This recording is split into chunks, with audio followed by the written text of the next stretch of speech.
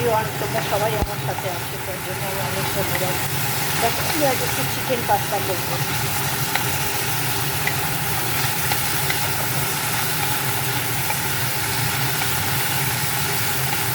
তো তোমাদের সাথে একটু কথা বলতে বলতে পাস্তাটা করে নিই, কারণ আমার ডিনার টাইম হয়ে গেছে। জানোই তো সারাদিন আমি একটু বেশি বিজি থাকি, সেই জন্য অনেক সময় তোমাদেরকে সব লাইভে আমি আসতে পারি না। তো আমি লাঞ্চ টাইম আর ডিনার টাইমটা বাড়িতে সবাইকে নিজে হাতে রান্না করে খাওয়াই, সেই জন্য আমার সব কাজ ছেড়ে এই দুটো কাজ আমাকে করতে হয়। আমার পরিবারের প্রত্যেকটা মানুষ আমার ওপর ডিপেন্ড করে। আমার রান্নাটা ওরা শেষ করে আমি নিজে হাতে করি, দেন আমি পছন্দ করি সেটা, আর ওরাও পছন্দ করে সেটা।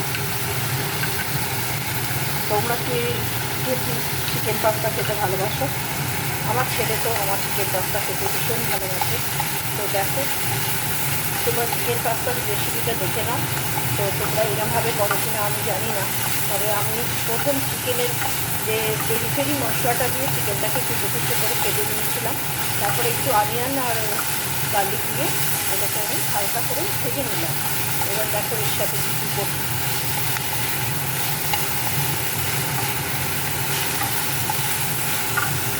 এবার পাস্তাগুলোকে আমি এর সাথে দিয়ে দিলাম।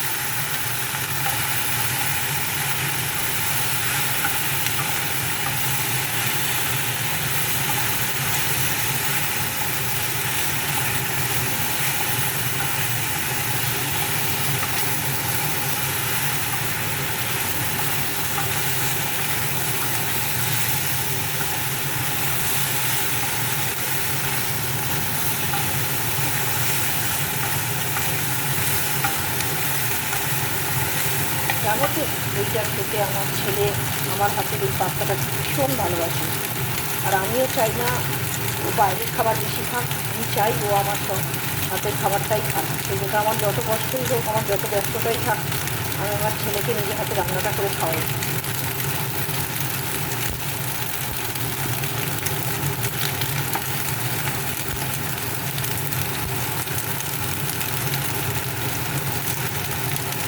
তোমাদের যার যার এই পাস্তাটা খেতে ভালোবাসো তারা একটু দেখে নাও। তো তোমরা কীভাবে করো আমি জানি না, তোমরা আমি যেভাবে করছি এভাবে যদি তোমরা দেখে নাও তো তোমাদের খেতে আশা করছি ভালো লাগবে।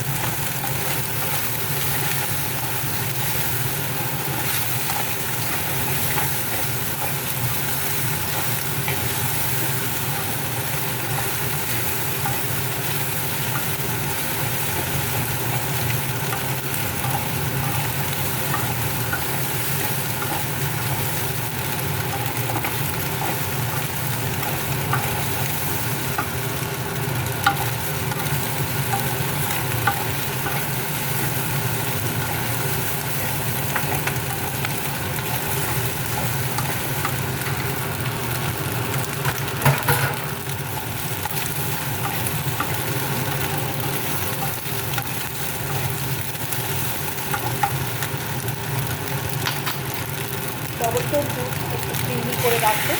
এবার এটার মধ্যে দিয়ে 5 মিনিটের জন্য এটা তোমরা চাপা দিয়ে দেবে। তো হালকা এটা সফট হয়ে যাবে চিকেনটা, দেন তোমার পাস্তাটা, দেন আমি একটা মশলা ছড়াবো।